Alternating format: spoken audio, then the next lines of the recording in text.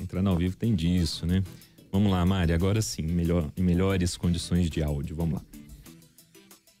Então, Lucas, são muitas reclamações dessas mesmo de usuários do transporte metropolitano aqui de Vespasiano. Muitas delas chegam para a Ouvidoria de Desenvolvimento Econômico e Infraestrutura do Estado. Ano passado foram mais de 2.000 reclamações, sendo que o principal motivo foi justamente a situação, a condição dos ônibus metropolitanos. A maioria delas, 44%, registradas na capital. E em segundo lugar, aparece aqui Vespasiano, com 22%. Pela dimensão do protesto ontem, pelas pessoas com quem eu conversei aqui no terminal, a gente até percebe que essas reclamações seriam muito maiores se todo mundo que está insatisfeito acionasse a ouvidoria.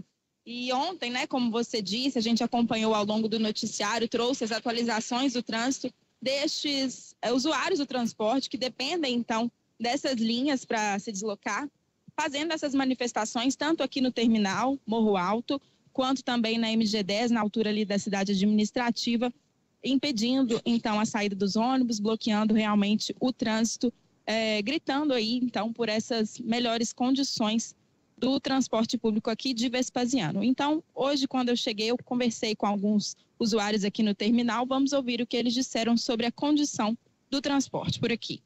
Péssima, bem ruim mesmo, os horários, a demora que eles, por exemplo, a gente fica ali na MG10 ali esperando um tempão e tá muito caro, a manutenção dos ônibus totalmente precária, conseguir ir sentado, em época de chuva pior ainda, os ônibus vêm tudo molhado, impossível. Por essa passagem ser cara, tem que ter uma condição melhor. Em questão também, às vezes de chuva, molha muito dentro dos carros, né? Acontece de molhar muito.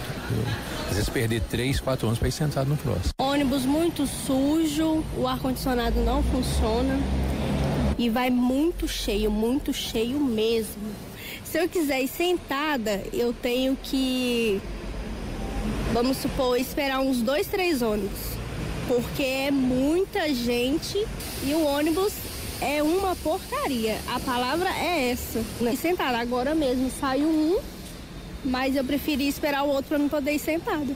Para mim poder ir sentada, senão eu vou em pé. Eu não consigo, eu trabalho em pé. Imagina daqui, lá no centro de Belo Horizonte, em pé e chegar no serviço e trabalhar em pé. Gente, Mari, a definição da usuária foi ótima. É uma porcaria mesmo, porque a gente foi colocando aqui as imagens na nossa live. Até, viu, pessoal, pode continuar rodando as imagens aí na live que a Mari mandou.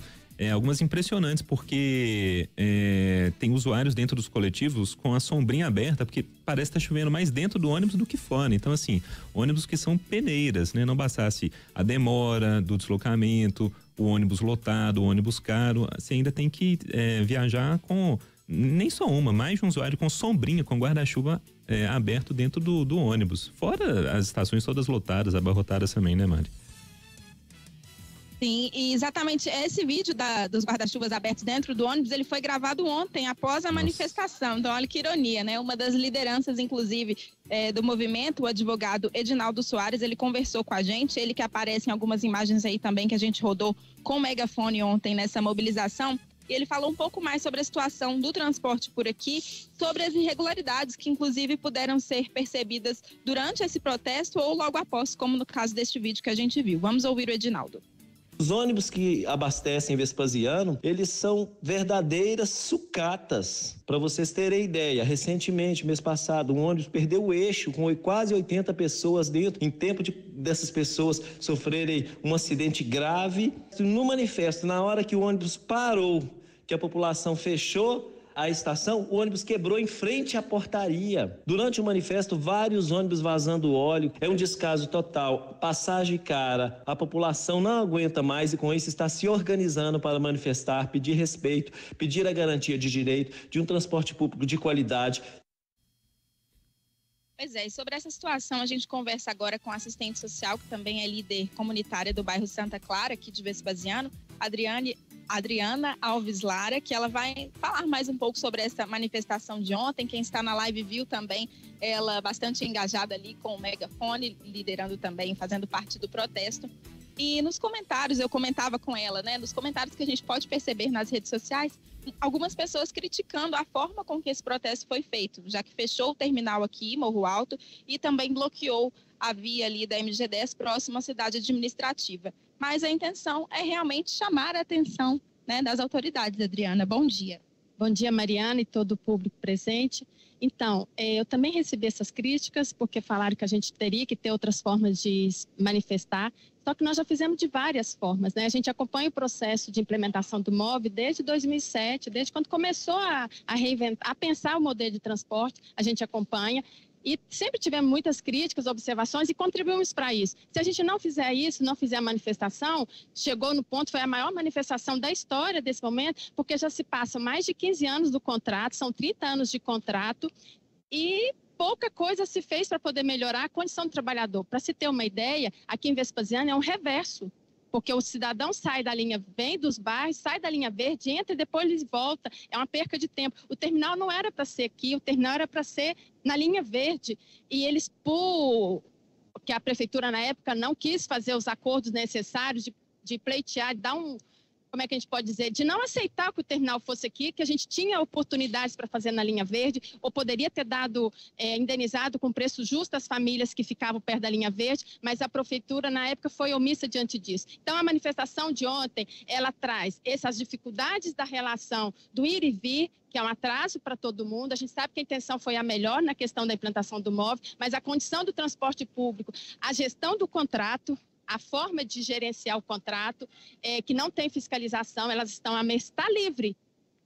O cidadão está pagando um preço muito alto. E como que tem sido, Adriana, esse diálogo com o governo do estado, já que aqui se trata de um transporte, né, metropolitano, e também com as concessionárias de ônibus? Olha, Mariana, infelizmente, não tem tido muitos resultados, porque já fizemos várias denúncias, apresentamos documentos, isso há muito tempo atrás. A imprensa divulga com muita frequência inúmeros acidentes. Todo mundo que passa na linha verde ou nos corredores de Belo Horizonte presencia os ônibus quebrados, de manhã, de tarde, de noite, de madrugada, sempre tem. E isso não dá em nada. Eles estão esperando o quê? Estão esperando que morra pessoas? Eles ganham com isso? Qual que é o problema? Porque se você pega um ônibus desse, eles estão quebrados dentro, parafuso, tudo solto, barulho, goteira. As pessoas estão cansadas, elas chegam no trabalho cansadas. Elas voltam para casa, eu comentava que as pessoas pegam o ônibus no sentido contrário para poder vir sentado, porque não dá mais para andar em pé, sabe? Então, assim, é humilhante. A condição do transporte público é humilhante. Eu ando de ônibus, eu ando de carro, gosto de ir de ônibus para o centro de Belo Horizonte, muitas vezes eu vou, mas a gente vive um momento que nos impede.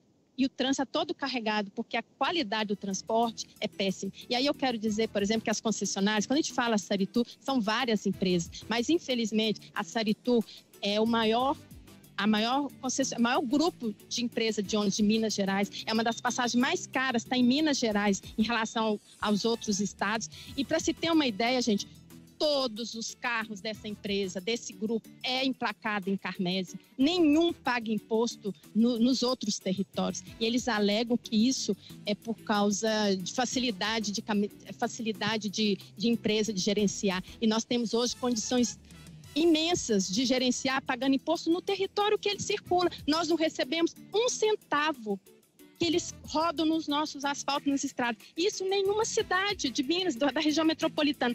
Todos os carros são emplacados em Carmésia. E isso foi uma das maiores brigas que a gente fez, sempre denunciou, e eles acham isso normal. Então a gente mostra nas lutas, nessa organização do povo, que o povo está de parabéns, foi uma manifestação importante e necessária, já estava no limite, porque não foi aleatório, gente. Nós precisamos de nos organizar, porque esse consórcio, esse contrato é organizado para deixar a gente nesse estado. São 30 anos, já se passaram 15, 16... Tá bom. Aí a gente tem que pensar que de 14 anos passou para 18 anos, até quando nós vamos pagar um preço alto? Basta que a justiça seja feita, tem provas suficientes para isso e é o que a gente espera. Eu agradeço, viu? Então, Lucas, esse movimento está articulado para repetir essa mobilização agora com mais força, com maior engajamento também dos usuários, dentro de 15 dias, se não houver nenhuma solução por parte das concessionárias ou do governo do estado, e a gente vai seguir acompanhando e cobrando também por respostas. E elas falaram alguma coisa? A gente chegou a procurar? Saritu, os gloriosos aí do governo, falaram algo sobre? Nós já procuramos, até o momento a gente não teve retorno nenhum. Olha, que coisa. Bom, o espaço segue aberto aqui para não só para a Saritur, né, efetivamente, mas também para o governo, que é responsável por gerenciar esse transporte.